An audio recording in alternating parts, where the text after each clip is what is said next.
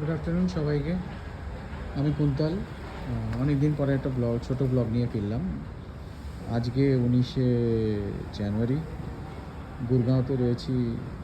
আজকে অনেক দিন পরে একটু ভালো রোদ উঠেছে, টেম্পারেচারটাও ঠিকঠাক আছে। আপনারা দেখতে পাচ্ছেন আমার এটা ব্যালকনি থেকে গুরগাঁওয়ের দৃশ্য।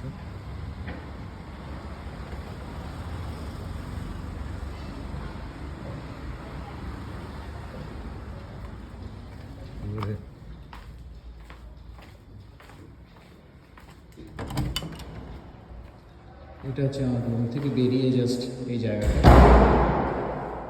রুম থেকে বেরিয়ে এবার this is the stair case. Through the stair case ওপরে যাই। আমি অ্যাকচুয়ালি 5th ফ্লোরে রয়েছি, তো আমার উপরেই, আমি এখান থেকে ওপরে উঠলেই হচ্ছে terrace.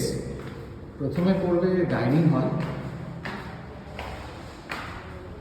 This is the dining hall.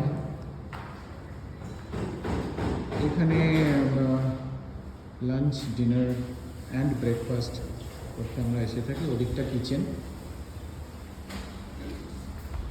আর এটা হচ্ছে ডাইনিং হলের সাথে টেরেস। এখান থেকে ভিউটা দেখুন, অসাধারণ অসাধারণ ভিউ অফ গুরগাঁও।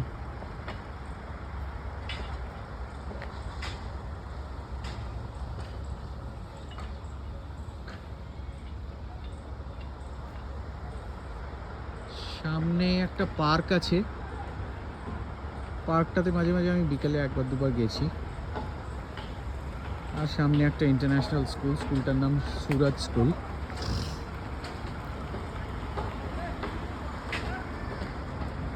এই যে, এছাড়া সামনে এগোলে এখানে মার্কেট আছে। এটা হচ্ছে সেক্টর 1 মানেসার। সেক্টর 1 মানেসারের একটা মার্কেট আছে, যেটাই সামনেই।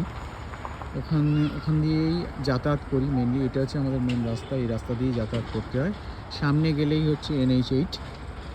তো ওখান থেকে ইট গোজ from Delhi two Jaipur.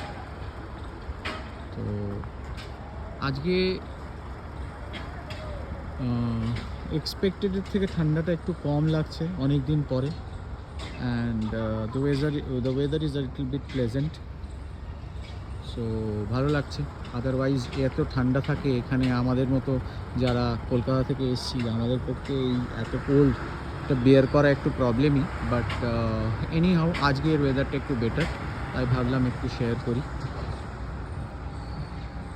Thank you, সবাই ভালো থাকবেন।